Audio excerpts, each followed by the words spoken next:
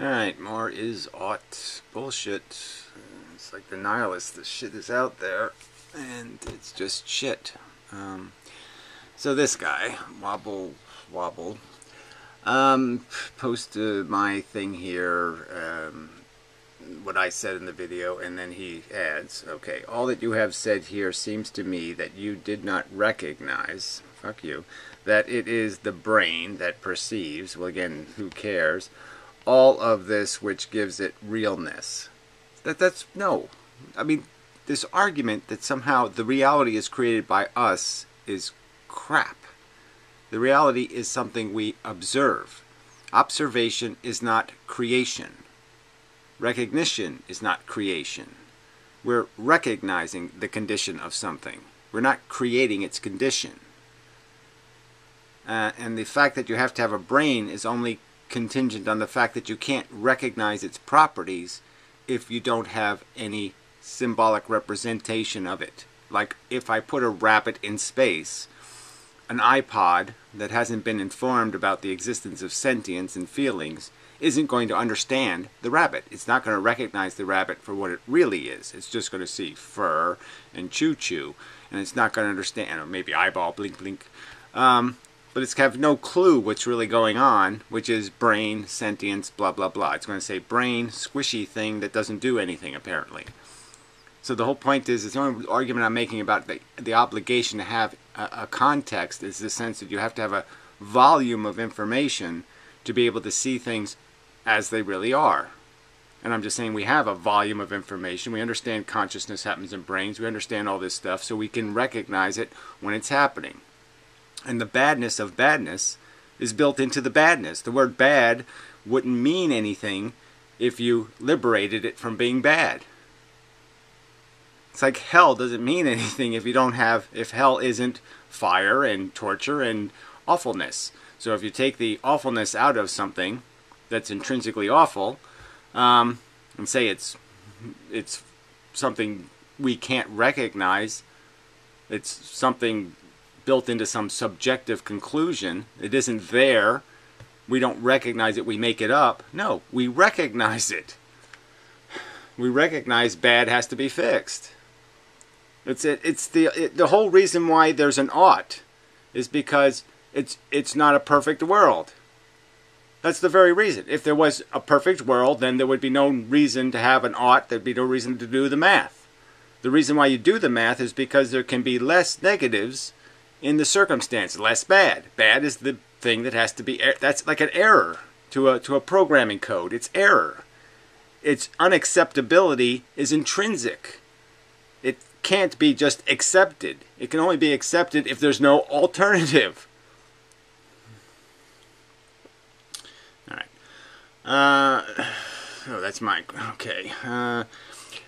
You espouse the belief that truth exists as if it lies out there. No, I've said it so many times. The relationship is out there.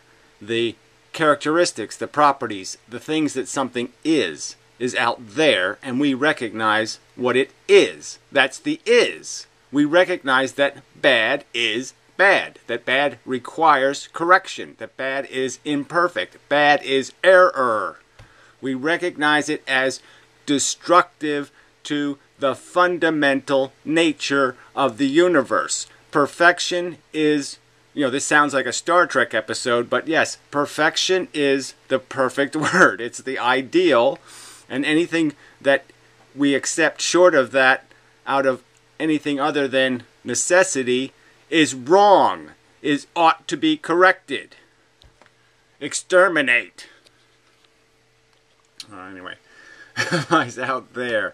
Idle prior to the brain that perceives it. It's not idle. The suffering rabbit is suffering.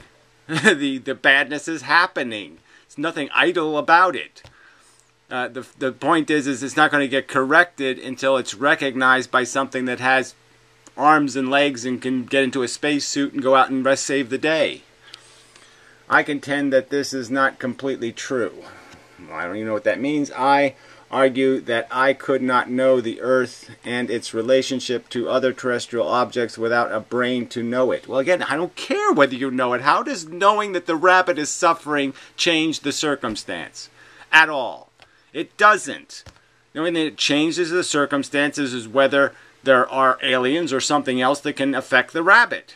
And if they need to know how to fix the rabbit, or that the rabbit's in distress. Obviously, they need to know that there's a problem before they're going to fix it rationally, if they were thinking logically devices.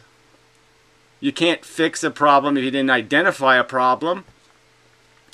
I could not know the pain of the other sentience is like prehistorically.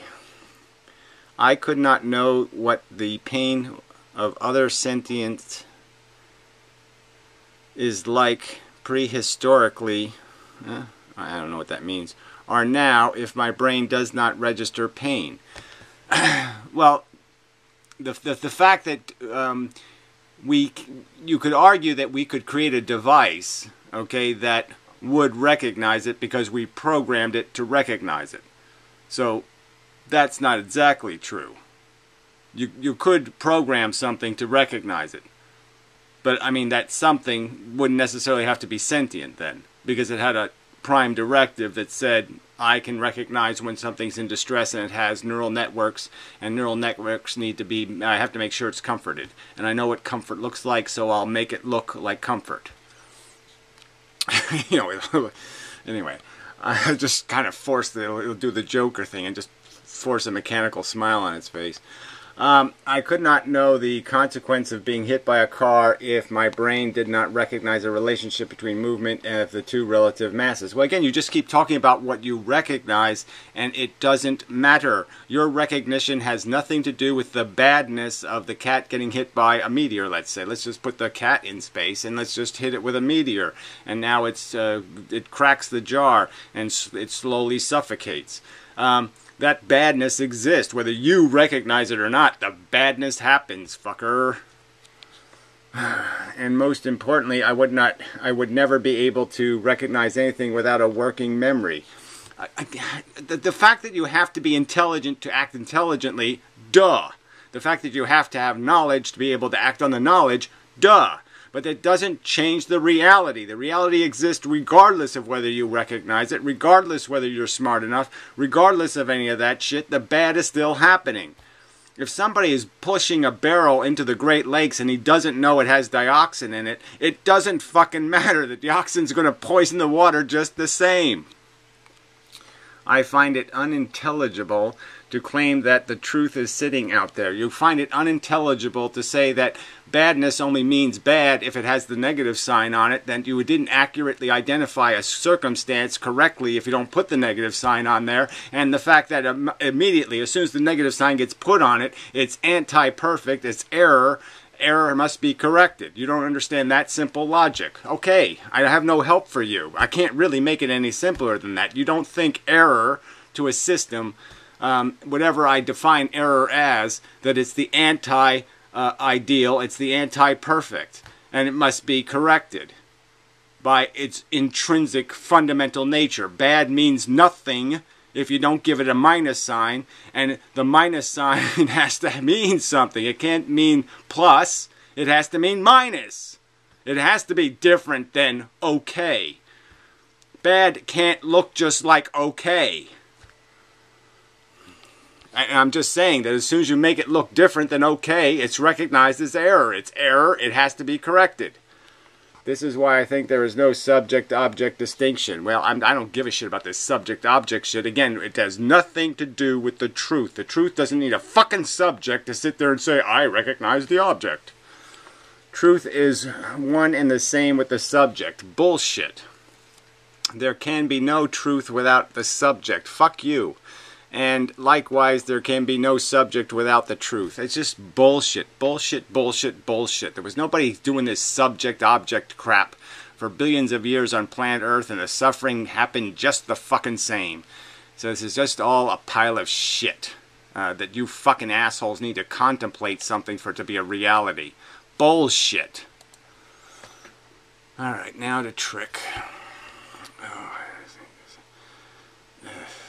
You know, and the Brett Keane comment is right below that. I mean, this stupid cunt. You know, Brett, you can do whatever you want. I don't care. I mean, I'll just delete your comments if this is the kind of crap you're going to post, because I don't really want to get into inane conversations. Gary, why do you think there are so many rape advocates in atheism? Oh, you mean anti-theism. So you're asking me, why do a bunch of non-theological people commit more crimes? Well, that's because they're immoral and stupid. So you're just going to tell me that all the stupid people are now atheists. And they're not really atheists, they're nihilists, they're a whole bunch of different things. But they're not atheists in the sense that they don't believe in evolution, or they don't believe in civilization, or they don't believe in right and wrong. That has nothing to do with atheism. And clearly lots of people pretending to be Christians commit crimes every day. And I'll say pretend to be Christians almost laughingly, because I think every Christian is pretending to be a Christian. There's no evidence of any of these assholes having any confidence in this God at all, or any confidence in the existence of hell. If I actually believed hell existed, I wouldn't even say the word fucking hell.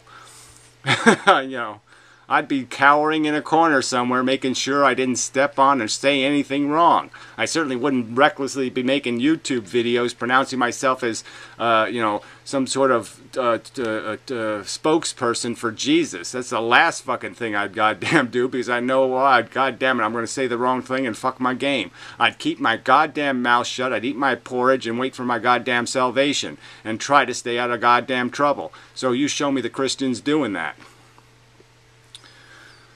I'm sure there's some potato farmer somewhere, you know, basically doing that. You know, anyway. So, Brett responded to my, why so many child molesters in Christianity and Islam? Because those fuckers are trash, Gary. Well, then that's my answer to you. There's trashy atheists, and then there's civilized atheists. There's people who belch in people's faces, and there's people who don't. That's the way the world works. There's assholes, and there's non-assholes. And to sit there and say that atheism makes people asshole is just a bullshit piece of propaganda. So fuck that crap. Shove your insinuations, okay? You know, that kind of profiling or pigeonholing is just a cheap argument. So you want to make cheap arguments, go ahead. That's your prerogative, but it doesn't make you a more credible person. All right, trick. The experience being objectively good or bad, positive or negative, ... I don't know, is entirely sufficient to denote ethical value. Right. Exactly. So once the value exists, the universe does the math whether you like it or not. The math is inevitable. The math is unavoidable. The fact that the negative exists in the pool of positive, the poison exists in the pie, the poison must be extracted from the pie. The ought is automatic. Bad can't be bad if it doesn't create automatic. It must be removed, if possible, prior to any prescription. Again, prescription is inevitable. You can't avoid prescription. Prescription is merely doing the math. If I have, I mean, I don't have, this is idiotic. I have to write down something this stupid. If I have +2, and I have a -1, and I have a +7, and I have a -14, that's the reality. This is reality. It has this shit in it. Well, the net number, okay, is something like -6. That's error 6. That's imperfect 6. That has to be fixed. There's no doubt about it. It's just as solid as the word bad. The word bad, if the word bad or negative, okay, the only way you can say that the prescription isn't solid is to say the fucking bad isn't solid. There's no other way to do the math. There's no way to reverse the equation if there's no realness to the number. So I'm just saying that if the value is real, the conclusion is real, because there's no way to do it otherwise. There's no other solution to the math. Once you've done the variables, the math is over. All right, anyway. Not only does one not require the ought to denote that which is ethical or unethical, the ought is a statement, okay, recognizing the ethical truth. So I don't know how you could possibly say it doesn't denote. The word is inseparable from the circumstance. The circumstance creates the ought. The ought isn't something we make up. The ought is a recognition of the net negative number. Injecting in the ought into the description rather than after it allows people to dismiss the description itself as they denote the logical gap. I don't even know how the hell do I can make sense out of that. Injecting in the ought. Injecting in the ought. So we inject in the ought into the description rather than after it. It's part of the description. Again, how can bad mean bad if it all of a sudden when I put an equal sign the bad goes away? Fuck. After it allows people to dismiss the description itself as they denote the logical gap. Again, there's what logical gap? Bad is bad. Bad is error. Error must be corrected. Those are the ises. Game is over. The ought is automatic. Throwing the baby out with the bathwater and reverting to nihilism. Again, you're the one. My accusation to you is you're doing that by saying the ought is ambiguous, unclear, and avoidable. Is saying the negative is avoidable. Is saying the negative isn't really bad. The bad must not really exist if you can somehow make it go away by putting an equal sign. It doesn't go away. All right. This is an extremely important topic that we need to make logically sound. Well, again, my exact argument to you is you're the one making it logically unsound. If the ought is obligatory, then the values must be unobligatory. The only logical connection to derive an ought from an is through a contingent if. Again, there's no if about bad. Bad isn't if bad is bad. That would be a silly thing to say. If negative is negative. If error is error. That's bullshit. There's no F. There's no if. There's no contingency here. There's no other way to look at it. A negative is a negative. It isn't a negative if it's not negative, for fuck's sake. There is no reason one ought to be ethical. Well, of course, there is reason, and that's the whole point. There's no logical way to escape it. There's perfection, there's imperfection. Imperfection is not perfection. Perfection is the, if you're going to have two things, it's intrinsically and fundamental to the circumstance that you pick that one of the things is the preferable state, which means I'm going to choose perfection. Rationally, that makes sense. So yes, perfection is the preferable state. There, the argument is over. As long as you can believe it's reasonable for perfection to be the preferable state, then we're done with any conversation about any of it, because the rest of it's just math. There is no reason one ought to be ethical or ought to be reasonable or logical, well, for that matter. Well, I'm just saying, of course, there is reason, because the negative won't get corrected by non-recognition or by irrational evasion. So clearly, the error doesn't become an unerror, or it isn't prevented, or it isn't uncaused if you don't recognize it. So that's the obligation. Rather, these depend on contingent ifs. So you keep saying so. I don't see any contingent if in this equation at all. Once you recognize the bad can exist, it's a red number. Red numbers can't be allowed if they are preventable. That's the fundamental intrinsic truth. If one is not to be an unethical asshole who creates negative value, one ought to do that which is ethical. That statement, again, could just be rewritten. If one is not to be error, one must correct error. If one sees error and one doesn't correct error, that's an error. Okay, if one wants truth, one ought to be reasonable and logical. Well, wants truth.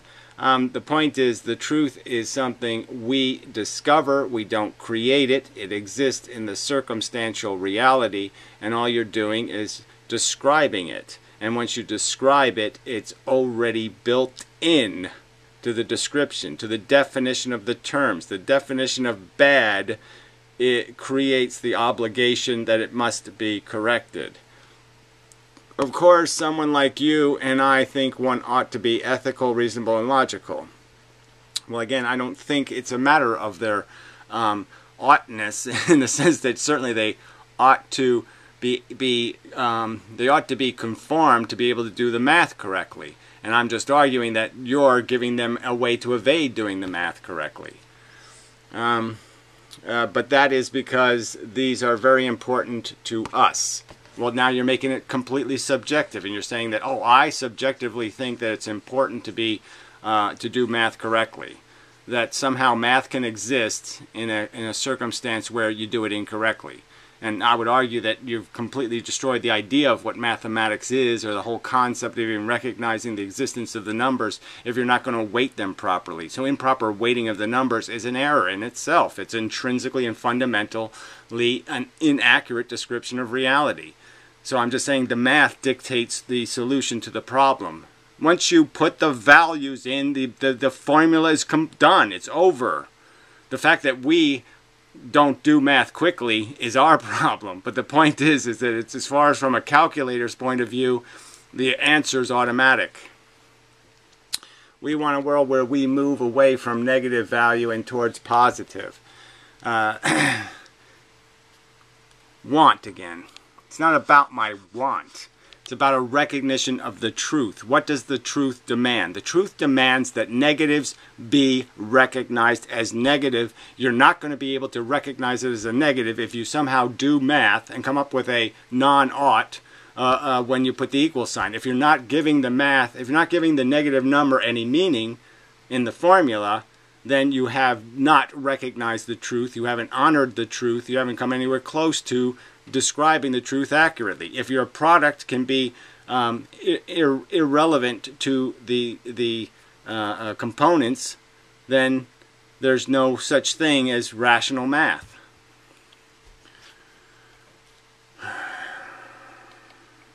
We don't make the circumstance, and the circumstance loads the equation. There's no, again, it's not, we don't have a volition right to change the meaning of plus, to change the meaning of the value equation, the function of it. You can't say it's not obligatory to consider 7 minus 7 more negative than plus 4. And that you have to recognize that the thing on the other side of the equal sign is now required to be a negative number, which means bad is your solution, which means you need to correct the formula, you need to correct the constituents in the formula, you need to plus my action that will correct, and then I can get to a 0 or some positive number. I would certainly argue positive numbers are out of the question. Positive solutions, but clearly less negative solution is what we're after. Less negative weight as a product. So, but yeah, you're completely destructive to the fact that the reasoning is merely a duplication of the truth of the reality.